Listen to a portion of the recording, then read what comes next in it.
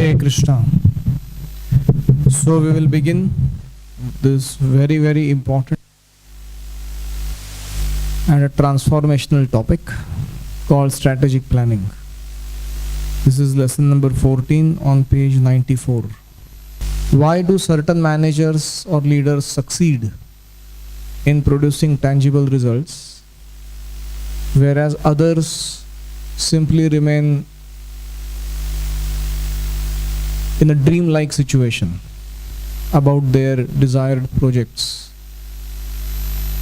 The major reason for that, these last 5 process related practices are very vigorously adopted by those leaders who materialize their dreams. So SERAE, where the last 5 process related principles. Unfortunately that day, because of lack of time, we did not elaborate on them. So we would like to go back a little and discuss what do we really mean by these principles.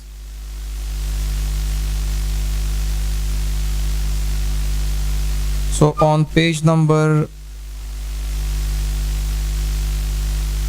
19 was the explanation given for strategic planning.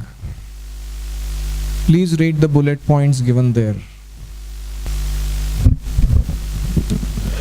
one by one. Yeah. Strategic planning, effective leadership and management are goal oriented. Go ahead. Goals should be smart and committed to paper. Committed to paper means they are written down. What is meaning of smart? Specific, measurable, not miserable. A, achievable. R, relevant. T, time bound. So we have to make our goals like this and then write them down clearly. Next, third. Achieving worthy goals is essential for individuals to feel sense of positive purpose. Reporting and assessment evaluation is essential to keeping the mission on track. Failing to plan is planning to fail. Prabhupada writes in the Bhagavad Gita that mind is disturbed or uncontrolled for want of an ultimate goal. As soon as you provide your mind with a clear-cut sankalpa, all its vikalpas go away, and then mind becomes singularly focused on achieving that particular goal. So goal setting is the first step in materializing our dreams as leaders. Now we again go back to page 94. We had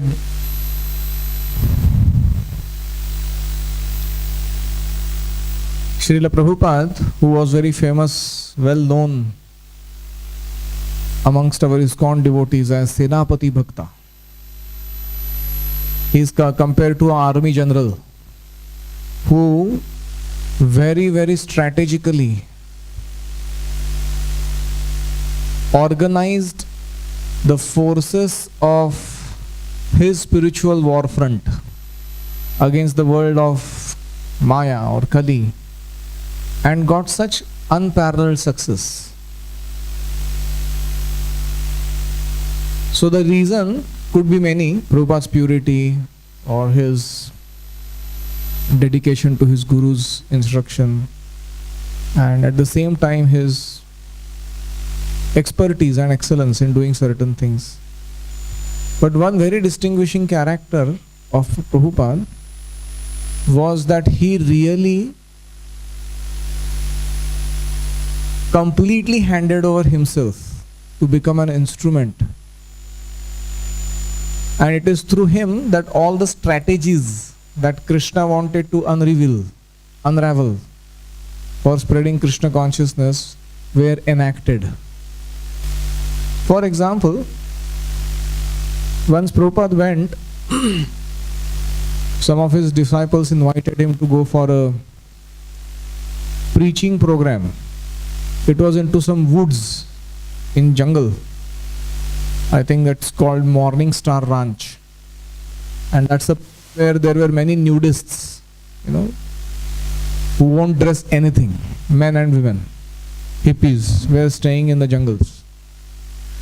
So you can imagine, Prabhupada, an elderly Bengali sadhu, goes and sings his Jai Radha Madhava. And at the end of that, when he opens his eyes, sitting around him are all kinds of shapes and sizes of naked bodies. And if we are told to give a Bhagavatam class there, what can we speak to such people? To tell them that you are not the body, you are spirit, soul. Even the basic fundamentals would be so difficult. But Prabhupada, he had such compassion even for such people. He began his class. So, all of you have the experience. When you take off all your clothes and enjoy with your bare senses, how much pleasure is there? Everybody said yes. That we know Swamiji very well. Similarly, this material body is the covering upon the spiritual senses of the spirit soul. If you take off this body also and enjoy with your bare spiritual senses, how much pleasure will be there? They said, yes Swamiji, that understood. Now tell us how to get rid of this material body. And Prabhupada said, the way you can get rid of these external clothings is to chant Hare Krishna, Krishna Krishna, Hare Hare, Hare Ram, Ram Ram, Hare Hare. That is the process of dissolving your material existence. Now this is height. First time I heard this, I said this is too much strategy here. But it is not that Prabhupada was strategic about everything. For him, he was simply instrumental. It was nothing like how we generally are is first we plan a lot. That time the thought of Krishna generally doesn't enter our mind because we are so much in the karta aham iti manyate, that mentality. And then later on when the plan is failing, that time we suddenly remember Krishna, please, इतना planning किया है, इतने सारे devotee काम पे लगे, अभी थोड़ा please success दे दो इसको. So for Prabhupada it was not like that. Right from beginning till end, everything was inspired by the Supreme Lord Himself. So whenever that stage comes for us, that's also awaited. But till then, we are all leaders in making. We are taking our baby steps. We will do the way other leaders do. And seeing our sincere efforts, Krishna may award us one day spontaneity that is flowing directly from His free will and not our own doing.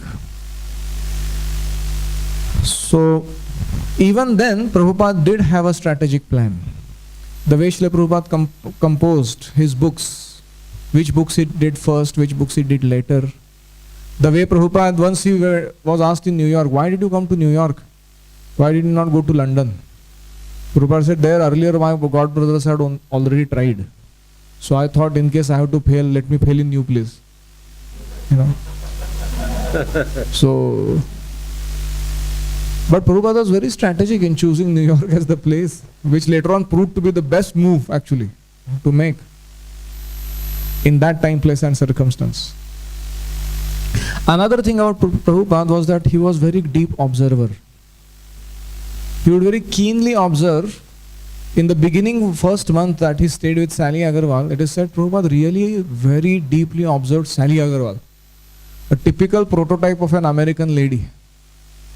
Their habits, their likes, dislikes, their culture. And Prabhupada first time when he went to this laundromat, he saw the huge machinery for washing clothes. And for him everything was a novelty. Like a child, Prabhupada would sometimes, look at all these technological manifestations. But he was never impressed by them. He could actually see that this is all Maya's plan to keep a conditioned soul perpetually distracted from Krishna. And in this way, his curiosity, his innocence, his faith in Guru, and his especially desire to serve, all put together, would sometimes manifest in his speech that he would give. And those speeches were very transformational to people around him. So, the point is strategic planning done in the mode of Karta Aham, or is strategic planning to be done by a leader as a matter of duty? Because that's one of the important traits of a leader, that he does strategic planning or achieving anything. So the answer is, till we become purified to thoroughly act on behalf of Krishna, we have to keep making our plans. And as we know, man proposes, God disposes. And sometimes disposes means he really throws it out. One devotee was saying, one of the best way to give Krishna a laugh is to show him our plans. Because Krishna has already made a plan for the whole creation, how it is going to unfold. And to go on such a plan maker, you go and show your plan in between. मेरा भी एक बीच में plan है कुछ तो. You'll become a laughing stock. Then somebody may say, then why at all make plans? So the understanding is, this plan making is like we are expressing our desire to Krishna, how we would like to serve him. In fact, strategic planning is one of the parts of our Manasa Puja, mental worship of Krishna. Whatever we are thinking of doing service has not yet physically, tangibly manifested. But just like that Pratishtanapur Brahman given in Nectar of Devotion, who used to do mental worship, he had his deity whom he would bathe from all the 7 rivers waters, and very elaborate description is given how he did his Manasa Puja. Pratishtanapur is Paithan, near Maharashtra, Pune. So he was very near to our place. So it is exactly in that mood that a devotee does strategic planning. It's mental worship of Krishna.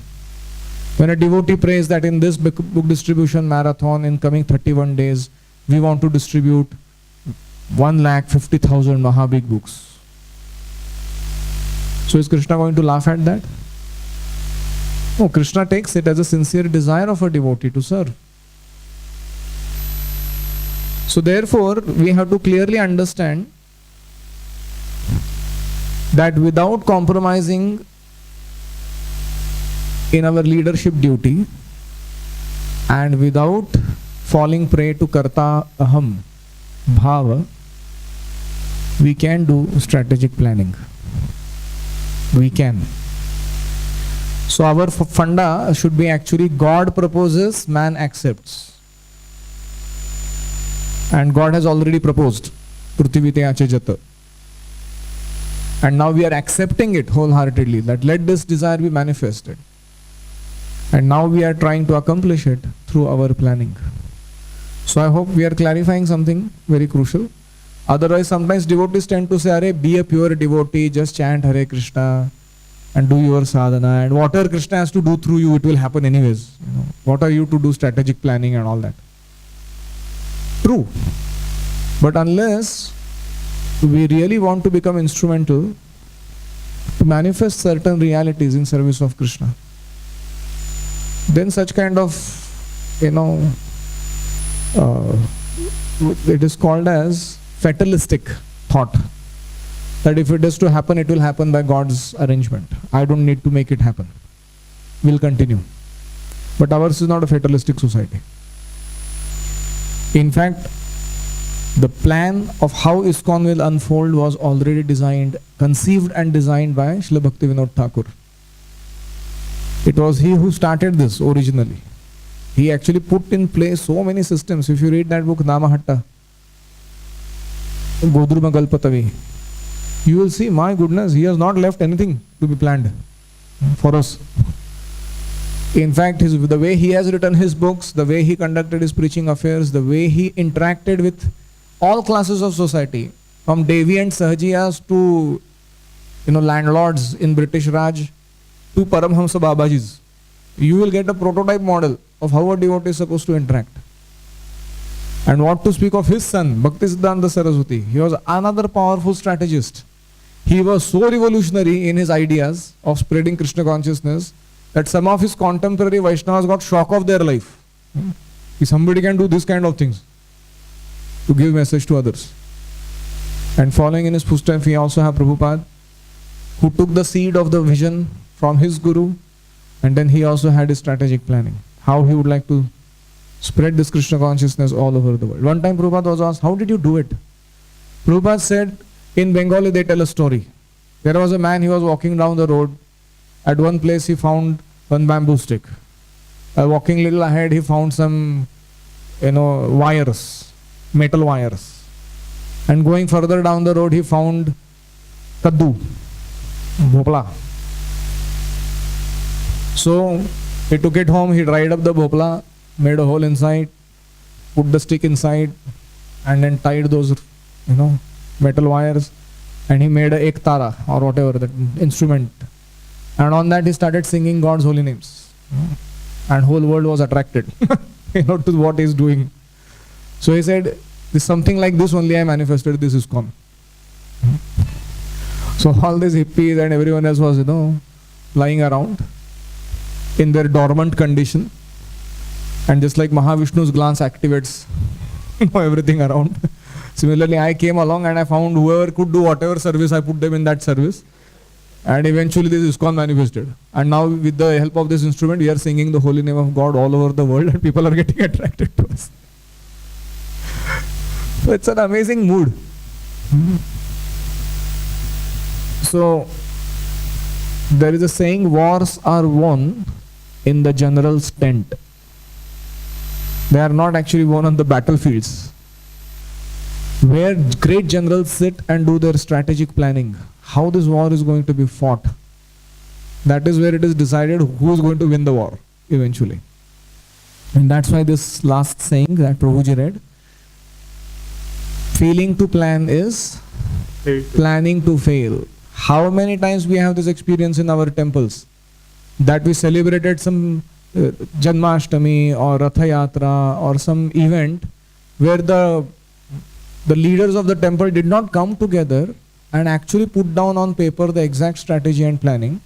And later on we did a lot of firefighting, chaos management, and somehow the festival happened. At the end of that, everybody is lying, half dead and completely burnt out, and lot of misunderstanding, grievances, and you said like this, you did like that, you stole away my resource. All that has happened in the background. But for outside people, somehow or other, the festival happened. And what went on in the background, everybody knows amongst us. So we have done this many times, where we have done all this spontaneous, festival making. But how long can we continue that? So that's why we should learn this. These are very, very important tools. In fact, this is so crucial that GBC has recently formed a strategic planning committee, subcommittee, headed by Gopal Bhatta Prabhu and many others, who actually regularly meet in Mayapur parallelly with the GBC meetings that are happening. They actually propose to the GBCs what could be most effective strategies, most effective managerial policies, most effective systems and structures they can put into place for the betterment of ISKCON. In fact, this leadership course is one such manifestation of somebody's strategic planning that we are coming and attending now. This is planning for what? Succession planning for GBC. Under that heading, this entire effort, iLeads, is being taken. So we are already reaping the great fruits of somebody else's strategic planning, because of which we are here. So God helps those who help themselves. We sometimes tend to think Krishna, Guru, Sadhu, Shastra are like some kind of frozen artifact, showpiece, which we are supposed to look at and marvel. You wonder who. But actually, Krishna, Guru, Sadhu and Shastra are a living tradition, and they are supposed to live through us, for ever fresh, for generation after generation. And if that has to happen, one has to really learn these 5 most important process related principles, beginning with strategic planning. So there is a definition, please read. What is strategic planning?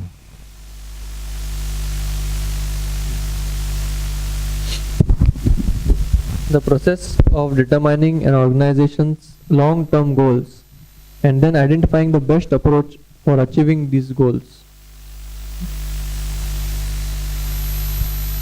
I don't know, where are you reading from? In mine it says 98. 94. Verse 98. Strategic planning heading. Lesson 14. Oh, okay. Strategic planning is a disciplined effort to produce fundamental decisions and actions that shape and guide what an organization is, what it does, Why? and why it does it. You have that? Yeah, it is below. Yeah. So identity, work and direction. Fundamental decisions and actions that make that decision is called strategic planning. Read next. Read further. Strategic planning can help an organization become more effective in number of ways. It helps them to respond to change, identify important issues, build on their strengths and overcome weaknesses, manage serious threats and take advantage of opportunities.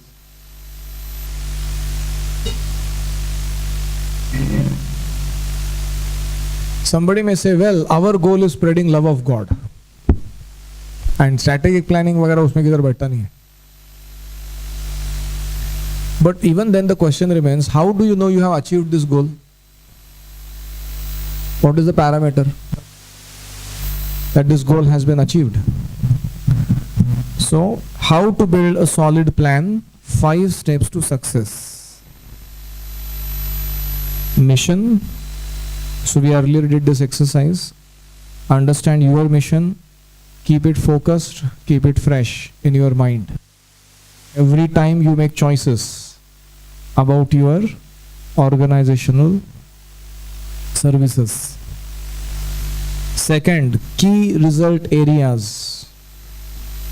KRA. These are the areas which are very crucial to accomplishing success in your mission. 3 objectives. Under each key result area, there would be some particular objectives. 4th, goals. 5th, action steps. On the next page, there is an example of this. Key result areas are performance areas critical for success of the mission. They are also called broad categories. Now, they are not specific actions. So Mexico City Temple has got following key result areas: Sunday feast, book distribution, congregational preaching, health and care of devotees, education and training, preaching programs, deity worship, fundraising, outreach and Harinam activities, facility building for the temple, and then festival conducting, and then maintenance. So we could add more to the whole story, but these are the main key result areas for running a successful temple. Now, one of the key result areas is Sunday feast. So you go to the next page that talks about objectives. Objectives tell us what is to be achieved in each KRA. Again, Mexico City Temple, main key result area under consideration is Sunday feast. What are the objectives of a Sunday feast? Why are we conducting Sunday feast? So we need lots of participants, we need quality prasadam, nice reception of guests, efficient kitchen cleanup, of course cooking first and then cleanup, specialized care of guests, entertainment and education, and Sunday school for children. These are some of the major activities which must happen if there is a Sunday feast going on. You could add more variety to this.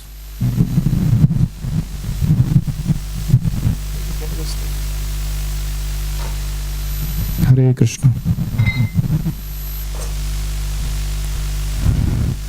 So I hope you got how do you form objectives for a particular key result area. Then it continues further, goals. In reference to the specific objective, goals define where we are going and when. So here is that SMART: specific, measurable, achievable, relevant and timely.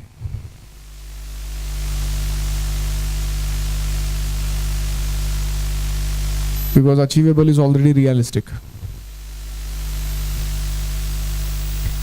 To be effective, the goals must be SMART. Now going back again, Mexico City Temple, KRA is Sunday feast, objective is quality prasadam. Now what are the SMART goals? By March 30 to increase the Sunday feast by 2 preparations. Total 8 preparations. That is the meaning of quality prasadam. By April 13 to use only ghee for Sunday feast. Wow. By April 27 to add 1 cook for preparing sweets. So like that. And then further it goes, last step called action steps. Next page, 98 in mine. Action steps are called specific steps that must be achieved to complete the SMART goal. So specific deadlines, specific person assigned, responsibilities and resources clearly defined. That makes an action step. For example, Mexico City Temple, KRA is Sunday feast, objective is quality prasadam. SMART goal is by March 13 to increase Sunday feast by 2 preparations. Now action steps. So VD Das, what is his task? Determine amount to be cooked. Date to complete March 12. Then temple commander by Bhoga, March 15. What is it? I think it is March 12th, 5 am. And then temple commander recruit devotees for cut-up. And then head cook, he trains assistants. So all these things are done much beforehand, so that when on March 30 the Sunday feast actually happens, all things are put in place. There is a required amount to be cooked in place. It is purchased by buying the bhoga. There are devotees who are recruited for cutting up that extra item. And finally, assistants are trained to make that extra item. So I hope strategic planning sounds little long-winded. It takes time to do, but eventually it does manifest its magic. So here are the same steps now. What we would like you to do is to go back to page 95 and think of your temple or your project or your department that you are handling. And for your department or project or temple, you first identify key result areas. Okay, so let's take an example. Who would like to participate, volunteer from their side? Yes, what's the project you have taken? New Bhakta training. Okay, that's our. Let's all focus here and help Prabhu to do his service nicely. What are the KRAs? Key result areas of New Bhakta training. Okay, that comes a little later. If you can go by sequence, it will be nice. Education, curriculum, and material development. Okay, fine. Welcoming के पहले भी एक step होता है, recruitment. उसके लिए सारा बहुत कुछ रहेगा आगे, लेकिन that's one word sufficient. That means criteria for recruitment, conducting interviews, so recruitment. Then so would you put it in the words? What do you do there? Key result area क्या है? You are taking, I think, care and facilitation of the new joinees, of new bhaktas. Is that what you are saying? That is later. Just let us talk KRA, key result areas. Karna minimum, this much we should be doing, dealing with the new bhakta training. Yes, Prabhu, let him tell. What is the next one you written? Yes. What are the other key result areas? Accommodation. Yeah, care and facilitation, accommodation, prasad, etc. Orientation program. Okay, orientation program. Yeah. After recruiting. Okay, let us put it. Conducting camps for them, educational programs. What else? Key result area. Teachers. And I think in bracket trained teachers. So training of teachers is also. Engagement. Engaging these personalities in fruitful services. No freeloaders. No free hotel lodging boarding. Okay, we can call that as cultural engineering. I'm sorry for bringing this term again and again in picture. I hope someday you'll start appreciating that how important this aspect is as a leader. Cultural engineering, which means norms, policies, Vaishnava code of conduct and other things. What else?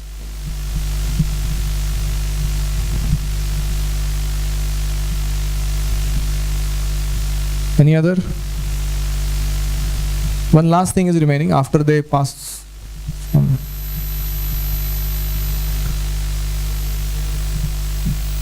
Assessment and accountability has to be in place so that they can be further recommended for joining a regular standard service in the temple. Right? So there has to be a monthly and quarterly and then yearly assessment so that we know this devotee has now quality control pass. He's done very nicely. He can do further. Okay, so these are key result areas. New Bhakta training program. I won't get time to see each of individual of you, but I hope you are getting an idea when we are doing one. Okay? Let us select any one of these as our next item. What is that? Objectives. So tell us, what would you like to choose?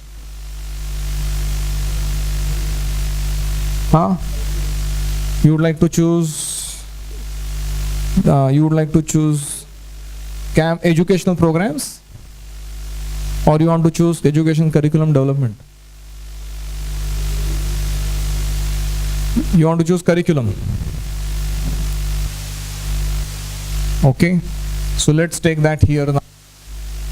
And for that, let's design objectives.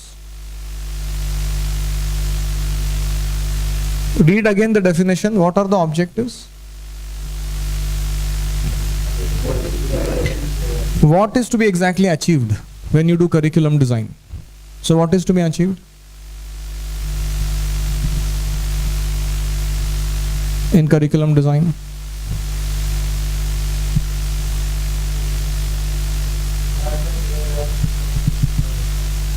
Okay, their knowledge, skills and values have to be clearly defined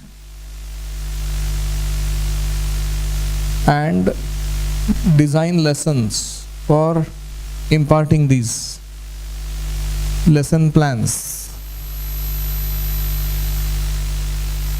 What else comes under curriculum design? Even before we do this, we have to do something else.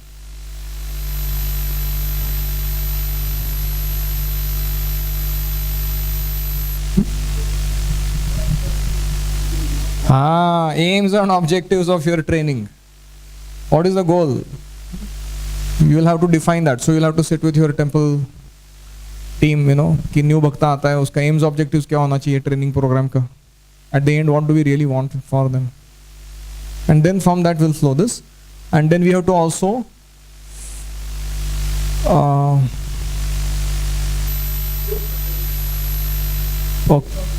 based on the whole curriculum, there has to be course material that gets designed. And no, it was separate रखा है इधर teacher training. We'll go to that later. Curriculum design में और क्या आता है?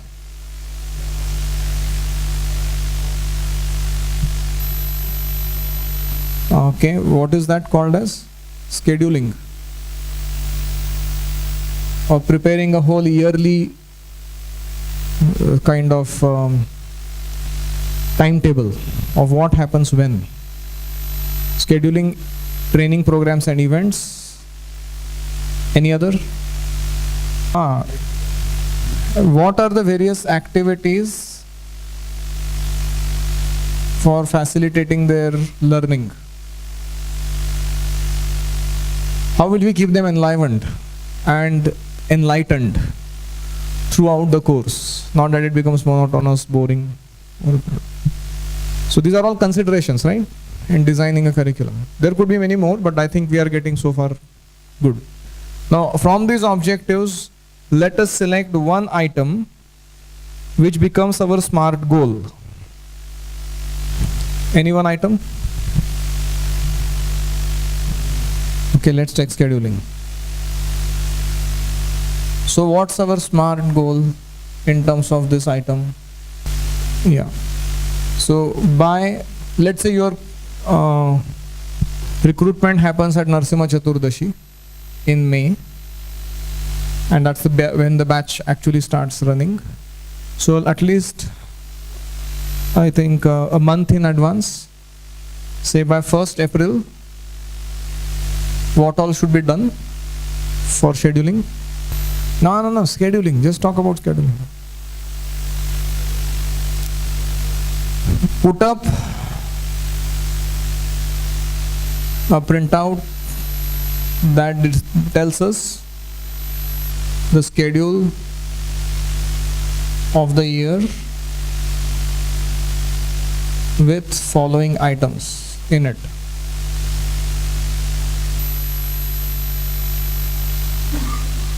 All festivals,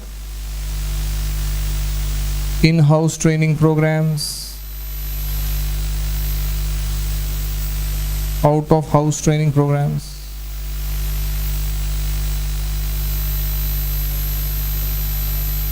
yatras, major events such as he's telling for his own temple. So we go for GBC serving, we go for Dindi, Warkaris, Pandharpur. We also go for book distribution marathons, bus party.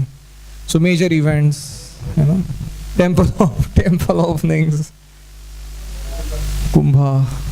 Okay, and then last thing, in-house and out-of-house training programs. I hope that is. So basically, scheduling has to have all this, right? It has considered all these points and put into place.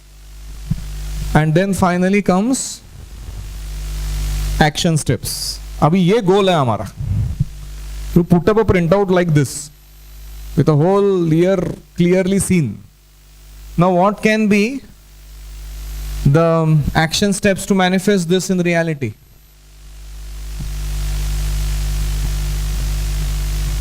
Get Vaishnav calendar, then get Google calendar with all the Indian festivals and other things also. Then get ISKCON calendar, which means that the whole year what temple is going to do and what ISKCON larger all over the world is going to do. Okay, Jaldoot festival in Calcutta aane wala hai, ye hone wala hai, all that. So somebody has to sit with all these varieties of events. What else is needed?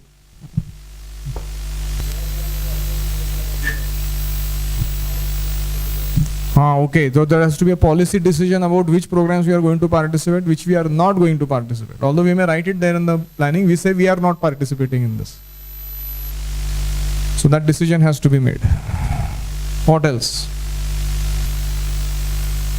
Okay, so he is saying one part of that scheduling will also be in the teacher training session. We have to give the teachers their topics for the whole year and get them prepared according to their strengths. And then we may even write in the schedule the names of the teachers along with the corresponding topic. That is going to happen. That would be like far out strategic planning. If ISKCON can start doing that, oh my God, where will we be? It's like amazing. But I appreciate it. It's a very deep thought. Any other? What do you do about this training programs? उसका क्या करना है? Action step क्या रहेगा उसके लिए?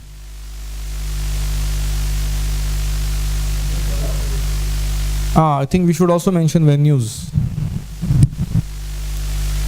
Even for in-house, out-house, both. They should also be mentioned there on the schedule. Okay. So I think you got fair idea by now. What are the action steps? ये अगर reality में manifest करना है हमको, so what all action steps to be taken for that? And then what happens? You may then decide. Let's say you have got 2 assistants. You are the head of, recruitment, training, monitoring, etc. Nirvakta program. And then you take 2 assistants and you delegate to them major aspects. You don't keep anything in your hand except those items that are your stronghold and those items that really involve sensitivity, where no mistake has to happen. But in general, you should delegate everything and then sit with them and decide the objectives, further decide the SMART goals, and further decide the action steps. Most of it they should be doing actually. So in the beginning we may help them and eventually that becomes a standardized protocol for action. And then year after year when new recruits are coming, certain things can be actually done without even having to conduct 100 meetings. Is it not? And you can do then some fine-tuning work to the whole effort. So this has to be nicely preserved when you do it. Not that every time you start from scratch. One of the problems with our teachers is they don't preserve their lesson plans. They go on speaking wonderful classes and then later on it's all gone. Then they start preparing from scratch. So I hope this makes clear of what is this whole thing strategic planning about. So I really want you to do this for your specific projects that you have taken up, and it would be nice if you pair up with another devotee, not in the class now, after this session, and share it with them. They may also give you some ideas. Prabhu ji, आप ये crucial item भूल ही गए, key result area, ये तो डालना चाहिए यहाँ पे. So like that. Any comments or questions? So we will conclude. Strategic planning, get out of your comfort zone. You got that title? So they have shown their comfort zone, stretch zone and panic zone. What is comfort zone? No growth, no movement. This is typical tamoguna. Members can fall prey to sense gratification at any point of time, because everybody is in too much comfort zone. Maya is singing a lullaby for them to eventually cut their throat. And then there is stretch zone. What is happening there? Please read. Progress through challenging selves, community to do better, and growth, strength, learning, increasing confidence. Yes. I don't know how many of you do yoga, but in yoga or in general bodybuilding, this is a principle that you have to continually progress further in terms of challenging yourself, in terms of flexibility, endurance and strength.